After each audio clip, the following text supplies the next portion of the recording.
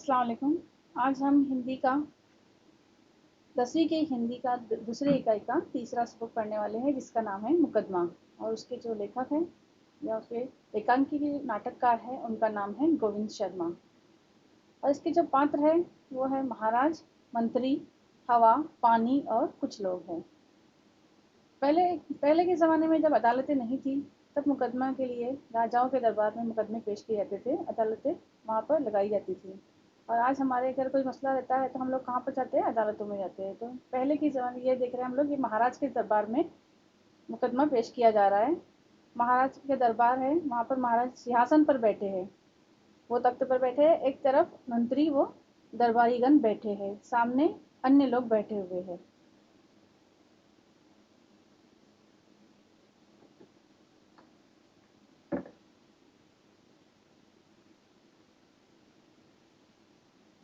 पाठ शुरू करने के पहले हम लोग थोड़ा देख लेते हैं कि इस पाठ में हमें क्या बताया गया है, या इस एकांकी में हमें क्या बताया गया है।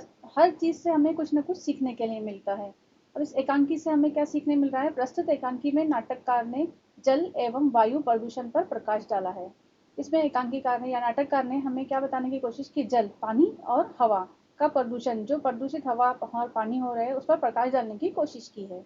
लोग प्रदूषण के मूल कारण का पता नहीं लगाते, और इसका कारण क्या है? प्रदूषण जो फैल रहा है, उसका कारण क्या है? उसका हम लोग उसका पता लगाने की कोशिश नहीं करते। वे क्या करते हैं? वे केवल दूसरों पर दोषारोपण करते हैं, दोषारोपण करते हैं, दूसरों पर दोष लगाते हैं, दूसरों पर इल्जाम लगाते हैं। लोग, किसी को अपनी गलती दिखाई नहीं देती है, सब क्या करते हैं? दूसरों में गलतियां तलाश करने लगते हैं।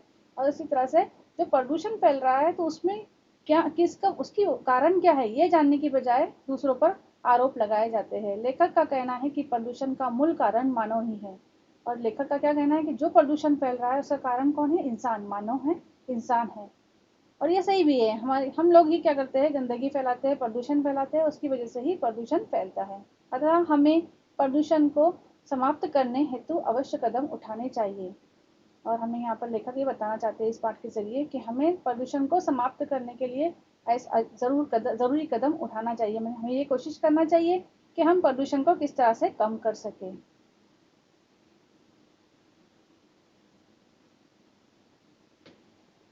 ठीक है, अब हम लोग देखते हैं पाठ एकांकी देखते हैं। महाराज ने कहा, मंत्री जी, शिकायत करने वाले लोग आ गए हैं।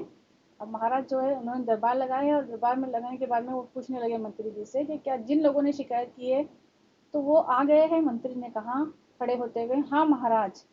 महाराज ने कहा, जिनके बारे में शिकायतें आई हैं, क्या उन लोगों को भी यहाँ बुला लिया गया है? महाराज को पूछने लगे कि शिकायत आई है तो किसके बारे में आई है, तो क्या उन लोगों को भी यहाँ पर बुलाया गया है?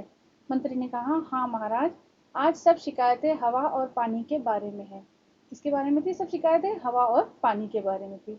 वे पास के कमरे में बैठे हैं। और कहाँ बैठे हुए थे? पास के कमरे में बैठे हैं। महाराज ने कहा, ठीक है, मुकदमे की कार्रवाई शुरू करें। पहले पानी को बुलाया जाए। पहले किसको बुलाया जाए? पानी को बुलाया जाए। मंत्री इशारा करते हैं। भीगे कपड़े पहने पहने एक लड़की हाजिर होती है। उसके कपड़ों के भीतर छिपे टेप रिकॉर्डर में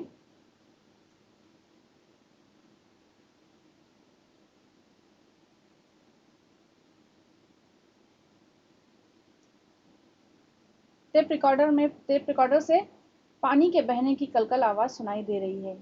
उसके जो कपड़े हैं उसमें से कैसी आवाज आ रही है? पानी जिस तरह से बहता है उसकी ही आवाज सुनाई दे रही है।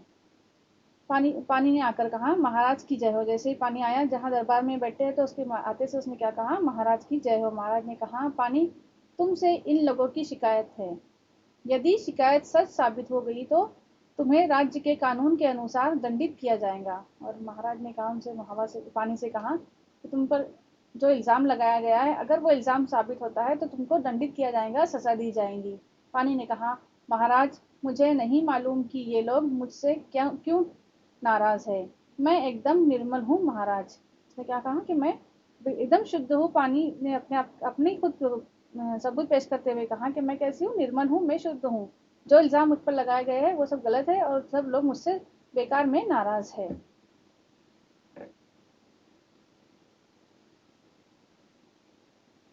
महाराज ने कहा, लोगों की पहली शिकायत यही है कि पानी अब निर्मल नहीं रहा। ये नदियों और गहवारों में बहते समय गंदगी और बीमारियां अपने साथ बहाकर सब जगह पहुंचा देता है। पानी कैसा हो गया है? अभी शुद्ध नहीं रहा है, निर्मल नहीं रहा है, बल्कि कैसा हो गया है? गंदा पानी हो गया है। उससे बहुत सारी बीमारियां फैल रही है और उससे बहुत सब लोग बीमार पड़ रहे हैं। पानी ने कहा, महाराज ये लोग पहले की तरह पानी की रखवाली नहीं करते। पानी ने क्या कहा कि ये लोग पहले की तरह पानी की रखवाली नहीं करते। पहले जिस तरह से पानी की रखवाली की जाती थी, उसको गंदा नहीं किया जाता था, उसको साफ रखा जाता था, उसकी प्रदूषित नहीं किया जाता था, वैसा अब ये लोग नहीं रखते हैं।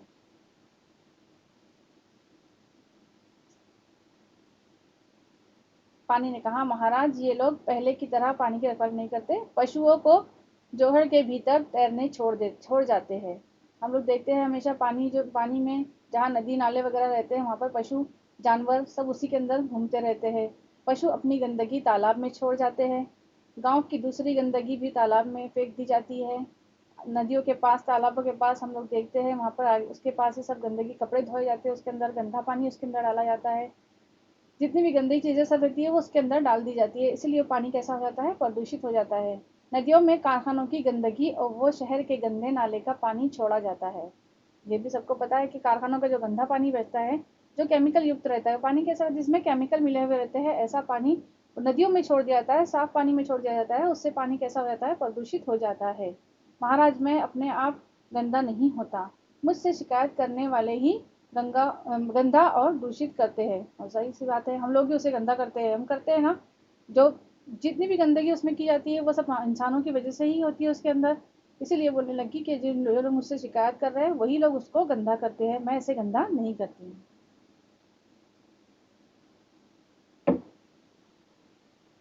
देखो इस तरह से पाइप में दिखाई दे रहा है, नदियों में गंदगी फैलाई जाती है, जानवरों को छोड़ा जाता है, कारखानों का गंदा पानी उसमें डाला जाता है, जो केमिकल युक्त रहता है, ऐसा सब पानी उसमें डाला जाता है।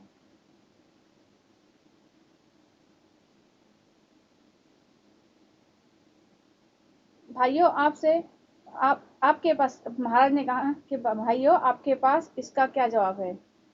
लोग आपस में गुस्सा कर बातें करने लगे। फिर उनमें से एक बोलता है, महाराज महाराज ये तो मान लिया, पर कहीं बरसना कहीं ना बरसना, ये तो इस पानी की मनमानी है। हम लोग देखते हैं कहीं पर बहुत ज़्यादा बारिश होती है, वहाँ पर सैलाब आ जाता है, लेकिन कहीं कहीं ऐसा होता है कि बहुत सूखा, जैसे चित्र में भी दिखाई दे रहा है, आपस में अब देख रहे हैं हम लोग को। एक तरफ बहुत ज़्यादा पानी का दिखाई दे रहा है जहाँ बहुत ज़्यादा बारिश होती है, और दूसरी तरफ सूखा पड़ता है जहाँ पर बिल्कुल बारिश नहीं होती है, लोग वहाँ पर पानी के लिए तरस जाते हैं। तो इसीलिए वो जो एक शख्स था उसने कंप्लेन, ये शिकायत की कि कहीं पर ऐसा होता है कि बारिश बहुत ज़्यादा बरसती है और कहीं पर बारिश नहीं बरसती, ये तो पानी की क्या है? मनमानी है। पानी ने कहा, नहीं महाराज, मुझ पानी की मर्जी कहाँ चलती। उसने कहा कि मेरी मर्जी कहाँ चलती, जिधर ढलान हो, जहाँ का माहौल अनुकूल हो, वहाँ मुझे जाना ही पड़ता है। जहाँ पर ढलान रहती है, पानी किस साइड में बहता है, जहाँ पर ढलान रहती है वहीं पर पानी बहता है। तो पानी ने भी अपनी सफाई पेश करते हुए यही कहा कि जिधर ढलान होती है, जहाँ का माहौल अनुकूल रहता है, वहाँ मुझे जाना ही पड़ता है। इन लोगों ने पहाड़ों को काट कर वहाँ मैदान बना दिया है, पेड़ काट डाले हैं, वन नष्ट कर दिए हैं, ऐसी जगह बरसात कैसे हो सकती है? वर्षा ना होने के लिए भी यही लोग जिम्मेदार है। उसने क्या कहा कि इन लोगों ने क्या क्या किया है? पहाड़ों को काट कर वहाँ पर मैदान बना लिए। हम लोग देखते हैं कि आज घर बनाने के लिए क्या किया जाता है? घर बनाने के लिए, रास्ते बनाने के लिए पहाड़ों को काट दिया जाता है, पेड़ों को काट दिया जाता है, जंगल नष्ट कर दिए जा रहे हैं। किसके लिए किए जा रहे हैं? ये सब घर बनाने के लिए किए जाते हैं, या मैदान बनाने के लिए किया जाता है, या रास्ते से बनाने के लिए किया जाता है। अगर ऐसा ही रहेगा तो उसकी वजह से बारिश होगी क्या? नहीं होगी। और बारिश, इसीलिए ऐसी जगह बरसात कैसे हो सकती है? वर्षा ना होने के लिए भी यही लोग जिम्मेदार है। इसीलिए बोलने लगी कि वर्षा ना होने के लिए भी यही लोग जिम्मेदार है। जैसे चित्र में देखो, मैदान, पेड़, पहाड़ काट कर वहाँ पर रास्ते बनाए गए हैं, पूरे जंगल काट दिए गए हैं। तो ऐसा करने से क्या होती है? वहाँ पर बारिश की कमी हो जाती है, बारिश वहाँ पर नहीं आती है, बारिश कम आती है। दूसरा, अधिक वर्षा के लिए, अब दूसरा जो व्यक्ति था एक, वो भी बोलने लगा। उसने कहा कि अधिक वर्षा के लिए कौन जिम्मेदार है? पहले ने क्या कंप्लेन की थी कि कहीं पर बारिश बहुत ज्यादा होती है और कहीं पर कम होती है, लेकिन दूसरे शख्स ने कहा कि अधिक वर्षा के लिए कौन जिम्मेदार है? पानी ने कहा, जो बादल बना है वो तो बरसेगा ही, फिर जहाँ वर्षा का पानी बहना चाहिए, जहाँ नदी बहना चाहिए, जहाँ मेरे सुस्ताने की पुरानी जगह होंगी, वहां तो मैं जाऊंगी ही। लोगों ने ऐसी जगहों पर घर बना लिए हैं, ऐसे घर तो डूबेंगे ही। मैं इनकी बनाई गलियों गलियों नालियों में घूमती रहूं, ये कैसे संभव है। अब उसने भी क्या कहा कि ठीक है, अगर ज़्यादा बारिश हो रही है, उसके लिए कौन जिम्मेदार है, उसके लिए भी इंसान ही जिम्मेदार है, मानव ही जिम्मेदार है। क्योंकि वो क्या करते हैं, जहाँ नदी रहती है वहाँ पर घर बना लेते हैं, मैदान जंगलों को काट के वहाँ पर घर बनाते हैं। तो इसीलिए कहा, जहाँ मेरी जगह है, जहाँ मुझे जाना रहता है, ऐसी जगह पर अगर वो घर बना लेंगे तो ऐसे घर डूबेंगे ही। और इसीलिए ये कैसे संभव है कि मैं वहाँ पर ना जा सकूँ, क्योंकि वो मेरी ही जगह है और इसी जगह पर उन्होंने अपना घर बना लिया है। तो इसीलिए वहाँ पर पानी ज़्यादा भर जाता है। जैसे नीचे के उसमें देखो चित्र में दिखाई दे रहा है, जब ज़्यादा बारिश होने लगती है तो वहाँ पर पानी भर जाता है। अक्सर ऐसा होते रहता है, हम लोग देखते रहते हैं कि जब ज़्यादा बारिश होती है तो पानी भरने लगता है। तीसरे व्यक्ति ने कहा, महाराज, हमारा गांव सदियों से ऊंची जगह पर बसा हुआ है। हमने नीची जगहों पर कोई घर नहीं बनाया है, फिर भी इस बार हमारा गांव बाढ़ का शिकार हुआ है। महाराज, पानी पागल हाथी की तरह चलता है, आंख मूंद कर चलता है। अब तीसरा व्यक्ति भी शिकायत करने लगा। पहले ने क्या किया, दूसरे ने किया, तीसरा भी व्यक्ति शिकायत कर रहा है कि हमारा गांव जो है वो तो ऊंचाई पर ही बसा हुआ है, लेकिन फिर भी क्या होता है कि पानी हमारे इस बार हमारे घर में आ गया है। तो वो पानी किस तरह से चलता है, पागल हाथी की तरह चलता है, आंखें मूंद कर चलता है। वो नहीं देखता है कि किस साइड जा रहा है, बस पानी आंखें मूंद कर, पागल हाथी की तरह। हाथी अगर पागल हो जाता है तो उसे कुछ समझ में नहीं आता है, वो जो भी उसके सामने आता है उसे वो कुचल के आगे बढ़ जाता है। तो इसी तरह से पानी भी करता है। एक व्यक्ति ने उसकी शिकायत की। पानी ने कहा, नहीं महाराज, मैं देख कर चलता हूँ, तभी तो ढलान की तरफ जाता हूँ, कभी ऊंची जगह पर चढ़ने की कोशिश नहीं करता हूँ। उसने भी यही कहा कि मैं कैसे किस तरफ जाता हूँ, जहाँ ढलान रहती है मैं वहीं पर जाता हूँ, कभी ऊंचे रास्ते पर चढ़ने की कोशिश नहीं करता। ये लोग जानते हैं कि इनके गांव के पास एक पहाड़ है। पहले उस पर बहुत से वृक्ष होते थे। पहले उनके गांव के पास में एक पहाड़ था और उसमें बहुत सारे दरख्त होते थे। पहाड़ से उतरते समय वह वृक्ष के बीच में से होकर धीरे धीरे आता था और सीधे पानी के रास्ते यानी नदी नालों में बहता था। पेड़ पर जो दरख्त लगाए जाते हैं, जब बारिश बहुत ज़्यादा होती है, पहाड़ों पर जब बहुत ज़्यादा बारिश होती है तो उसकी वजह से क्या होता है कि पानी, जो पेड़ लगे हुए रहते हैं वहाँ पर, तो पानी जब नीचे बहते हुए आता है तो वो दरख्तों की वजह से उसकी रफ्तार जो है वो कम हो जाती है। दरख्त उसकी रफ्तार को कम कर देते हैं। लेकिन जब दरख्त ही नहीं रहेंगे, वृक्ष ही नहीं रहेंगे, तो क्या होता है, वो बहुत स्पीड में आकर नीचे गिरने लगता है और उससे नुकसान होने लगता है। इसीलिए उसने कहा कि जो पहाड़ था वो भी काट दिया गया है और जो उस पर दरख्त लगे हुए थे, वृक्ष लगे हुए थे, उसे भी काट दिया गया है। और इसीलिए मैं जब बहते हुए आती हूँ तो एकदम जो ऊपर से पानी एकदम तेज रफ्तार से नीचे आकर गिरता है। अब लोगों ने पहाड़ के वृक्ष साफ कर दिए हैं, मैं वहां से उतरता नहीं हूँ, बल्कि लुढ़कता हुआ नीचे आता हूँ। मैं तेज रफ्तार से आके नीचे गिरता हूँ, मुझे खुद पता नहीं चलता कि नीचे मैं कहाँ गिरूंगा।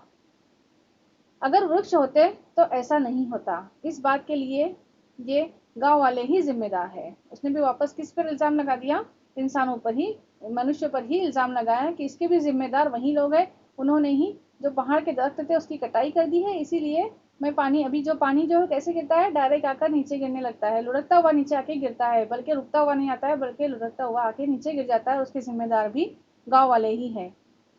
महाराज ने कहा, कोई और शिकायत। कोई नहीं बोलता। तुम्हारी चुप्पी इस बात की गवाह है कि तुमने भी इन कारणों को मान लिया है। तुम्हारा भला इसी में है कि अपनी गलतियां सुधारो और पानी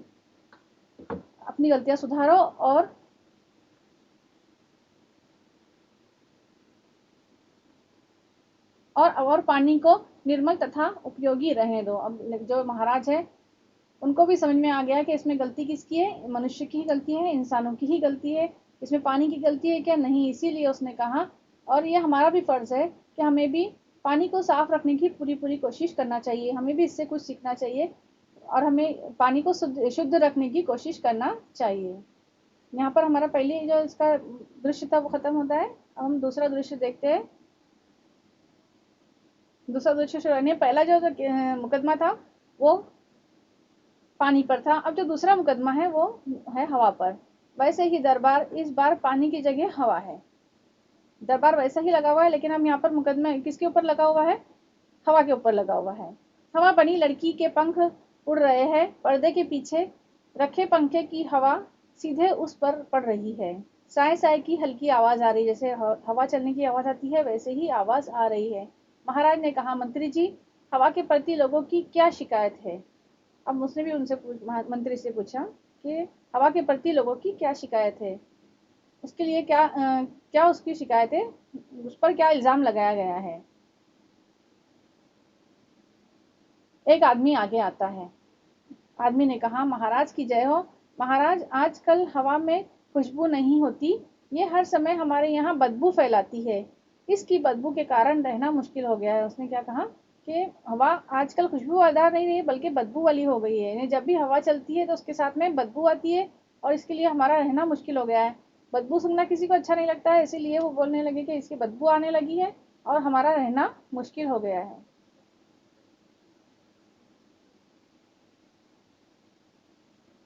हवा ने कहा, महाराज, ये आरोप झूठा है। बदबू के कारण तो मेरा जीना कठिन हो गया है। हवा भी बोलने लगी कि मेरा भी जीना मुश्किल हो गया। किसके कारण? बदबू के कारण। बदबू किससे फैलती है? आप अपने आस अपने आप में मेरे पास ना तो खुशबू है ना बदबू। हवा में ना खुशबू रहती है ना बदबू रहती है। उसने भी यही कहा कि मेरे पास में ना खुद की खुशबू है ना ही बदबू है, पहले ऐसे नहीं होता था। आजकल के लोग मरे हुए पशु पक्षियों को यहाँ वहाँ डाल देते हैं। पक्षी जो मर जाते हैं तो उनको क्या किया जाता है, यहाँ वहाँ डाल दिया जाता है और उससे बहुत बदबू आती है। उनके कारण मैं बदबू वाली हो जाती हूँ। इनके कारखानों से निकली गंदगी और गैस मुझ में घुल जाती है। और कारखानों से जो गैस निकलती है, जो गंदगी निकलती है, वो भी घुल जाती है और ये बदबू फैलती रहती है। उसने कहा कि हम लोग देखते हैं कि कारखाना से भी जो स्मेल निकलती है, केमिकल की स्मेल आती है, वो भी, और जो कचरा कूड़ा करकट रहता है उसकी बदबू आती है। इसीलिए हवा खुद कहने लगी कि मेरे अंदर ना खुशबू रहती है ना बदबू रहती है, लेकिन मैं खुद भी इसकी वजह से परेशान हो गई हूँ, बदबू की वजह से। क्योंकि मैं जहाँ से गुजरती हूँ कचरे से होकर गुजरती है तो बदबू उसके साथ में हो जाती है और वो पूरी तरह फैल जाती है। और इल्जाम किस पर लगाया जाता है? हवा के ऊपर लगाया जाता है।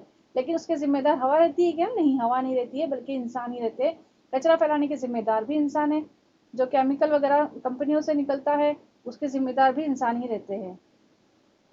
इसी मुझे याद है कि एक बार भोपाल के एक कारखाने से निकली जहरीली गैस मुझ पर सवार होकर दूर दूर तक फैल गई थी और कितने ही लोग रात में सोए हुए ही मौत के मुंह में चले गए थे। इन लोगों चले गए थे। जो भोपाल में हादसा हुआ था, ये सबको पता ही है, सब पढ़ भी चुके हैं इसको, साइंस वगैरह में पढ़ते रहते हैं कि कब ये हादसा हुआ था। 2 दिसंबर 1984 को भोपाल के लिए तबाही का दिन था।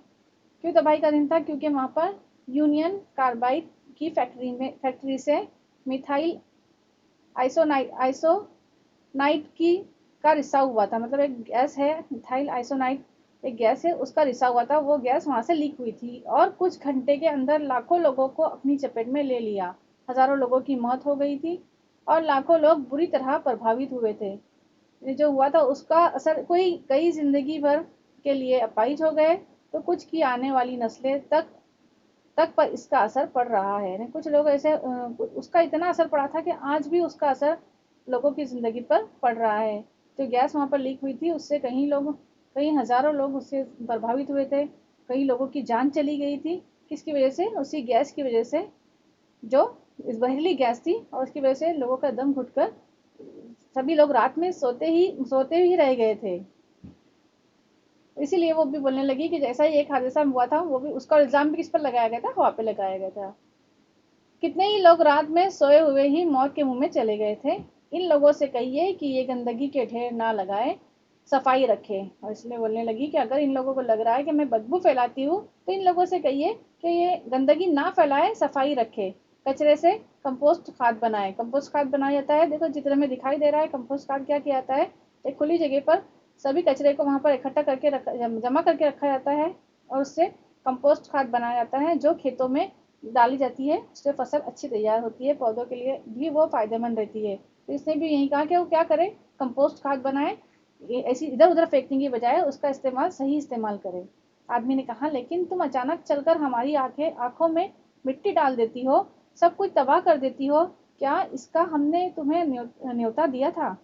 अब दूसरे आदमी ने फिर वापस उससे एक इल्जाम लगाया कि तुम जो अचानक आती हो और हमारी आंखों में क्या करती हो, मिट्टी डाल देती हो। हवाएं चलती है, तेज हवा चलती है, तब आँख में मिट्टी चली जाती है। तो इसीलिए बोलने लगा, क्या हम तुमको न्योता देते हैं, क्या हमें तुम्हें दावत देते हैं कि तुम इस तरह से अचानक तेज चल कर आओ और हमारी आंखों में मिट्टी डालो।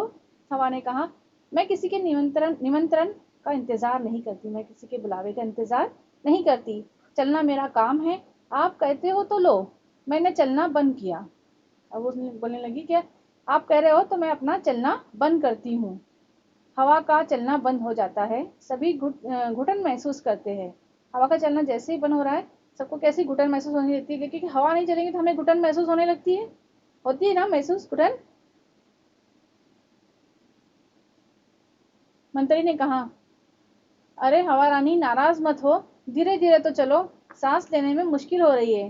मंत्री ने फिर उससे क्या कहा कि तुम नाराज मत हो जाओ, तुम धीरे धीरे तो चलो, सांस लेने में हमको क्या हो रही है, मुश्किल हो रही है, क्योंकि हम हवा के बगैर रह सकते हैं क्या, नहीं रह सकते।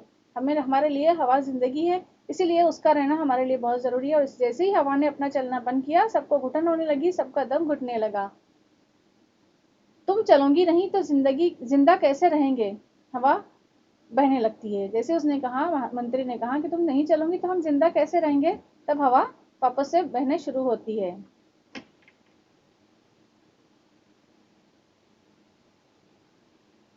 महाराज ने कहा, हवा के बारे में कोई और शिकायत। वापस से और पूछा गया कि क्या अब हवा के बारे में कोई और शिकायत है। अब एक औरत खड़ी होती है, वो बोलती है, औरत ने कहा, महाराज हम अपने घर साफ सुथरे रखते हैं, पर हवा आंधी बनकर आती है और हमारे घर रेत और कूड़े से भर देती है। हवा तो बहे पर आंधी क्यों। उसने कहा कि ठीक है, हम अपने घर साफ सुथरे रखते हैं, हवा बोल रही है कि हवा अगर नहीं चलेंगी तो हम मर जाएंगे, हमारे जिंदा नहीं रह पाएंगे, लेकिन हवा बहती है तो वो हवा बहे, यानी हवा धीरे धीरे चले, वो आंधी बनकर क्यों आती है। ऐसा करने से क्या होता है, हम जितने भी घर साफ करते हैं वो सब में कूड़ा या रेत भर जाता है, तो ये हवा इतनी तेज क्यों चलती है। हवा ने कहा, महाराज आंधी से इनका मतलब मेरे तेज चलने से है। वैसे तो मैं हर समय बहती रहती हूँ, पर इन्हें जब गर्मी लगती है तब ये क्या, उसने कहा कि मैं तो हम हर समय बहते रहती हूँ, पर लेकिन जब उन्हें गर्मी लगती है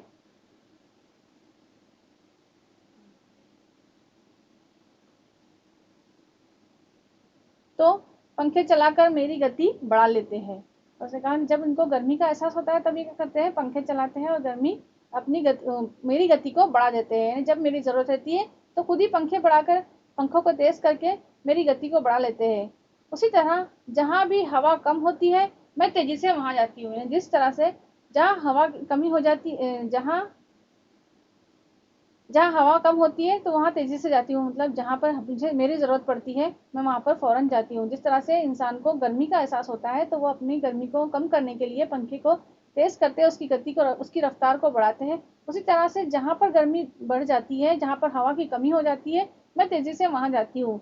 जब मैं तेज़ी से चलती हूँ तो रेत, मिट्टी, कूड़ा और जो भी हल्की चीज़ें रास्ते में होती है मेरे साथ उड़ने लगती है। ये ये अपने घर और दुकान साफ करके कूड़ा घर के आसपास गली में या सड़क पर डाल देते हैं। उसने कहा कि ये लोग क्या करते हैं, अपने घर की जो गंदगी है वो साफ करके उसे गली में या सड़क पर डाल देते हैं। तो उन्हें हमें ऐसा करना चाहिए कि नहीं, ऐसे में ऐसा नहीं करना चाहिए। हमने जो हमारे घर की सफाई की है, जो कचरा है उसे हमें डस्टबिन में रखना चाहिए और उसे जब कचरा लेने के लिए आते हैं तभी हमें उसे देना चाहिए। ऐसा सड़क पर नहीं डालना चाहिए, गलियों में नहीं डालना चाहिए। तो इसीलिए कहा उसने कि लोग क्या करते हैं, इसके जिम्मेदार भी लोग ही है, वो कूड़ा करकट सड़क पर गलियों में फेंक देते हैं और जब मैं तेजी से बहने लगती हूँ तो इसी वजह साथ में मेरे साथ में वो भी आकर इन लोगों के घर में आ जाती हैं। कई बार गांव के बाहर कूड़े के ढेर लगा देते हैं, इनका फेंका कूड़ा ही वापस इनके घरों में जाता है। जब हवा चलती है तो वही कूड़ा कचरा जो रहता है वो हमारे घर में वापस आने लगता है। महाराज, लोग अपने गांव या शहर में पॉलीथीन की थैलियां सड़कों पर फेंकते हैं ना।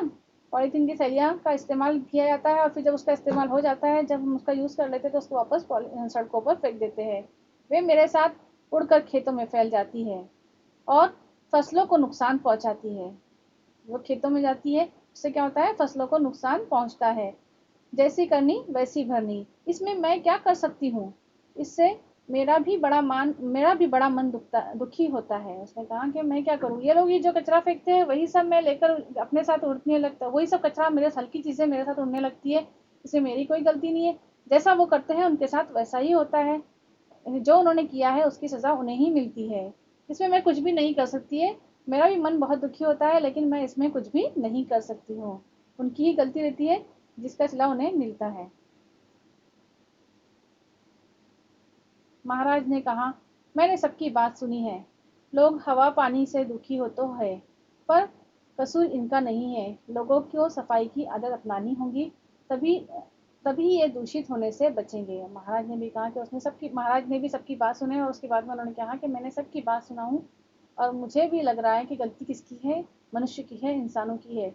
उनको सफाई की आदत को अपनानी होगी, तभी ये दूषित होने से बचेंगे। यानी जो प्रदूषण दूषित हो रहा है वो बचेगा। हमें चाहिए कि हम हवा और पानी को अपना दोस्त मानकर इन्हें नुकसान ना पहुंचाए, और इन्हें प्रदूषण से बचाने के उपाय खोजें। हमको क्या करना चाहिए? हवा और पानी को दोस्त समझकर, अपना दोस्त समझ के। हम अपने दोस्त को कभी नुकसान पहुंचाते हैं क्या? नहीं पहुंचाते। इसी तरह से हमें हवा और पानी को भी अपना दोस्त समझना चाहिए, और उसे प्रदूषण से मुक्त रखने की कोशिश करना चाहिए। इसे इन्हें प्रदूषण से बचाने के उपाय खोजकर उचित कार्रवाई करें, और जो प्रदूषण से बचाने के जो तरीके हैं उनको खोजें और उचित कार्रवाई इसके ऊपर करें। इसमें ही हमारा भला है और बचाव है। उससे ही हमें क्या है, हमारा फायदा भी है, हमारा भला भी है, और हम इसी से बच सकते हैं। लोग हवा पानी के प्रति दोस्त का भाव दिखाते हुए चले जाते हैं। लोगों को भी लगता है कि जो इल्ज़ाम उन्होंने हवा पर और पानी पर लगाए वो सब गलत है, और इसीलिए हमें भी क्या करना चाहिए? हवा और पानी को प्रदूषण से मुक्त रखने की कोशिश करना चाहिए। हमेशा इसी तरह से रहना चाहिए कि प्रदूषण हमारी वजह से ना फैले। ठीक है, तो जहाँ पर हमारा सबक खत्म हुआ है, हमें भी इस बात की कोशिश करना चाहिए कि हमें प्रदूषण से मुक्त ऐसा ही हमारा देश रखना चाहिए जैसे चित्र में दिखाई दे रहा है। यहाँ पर हमारा सबक पूरा खत्म हुआ है। आगे का इसके बाद वाले लेक्चर में। चलिए, अल्लाह हाफिज़।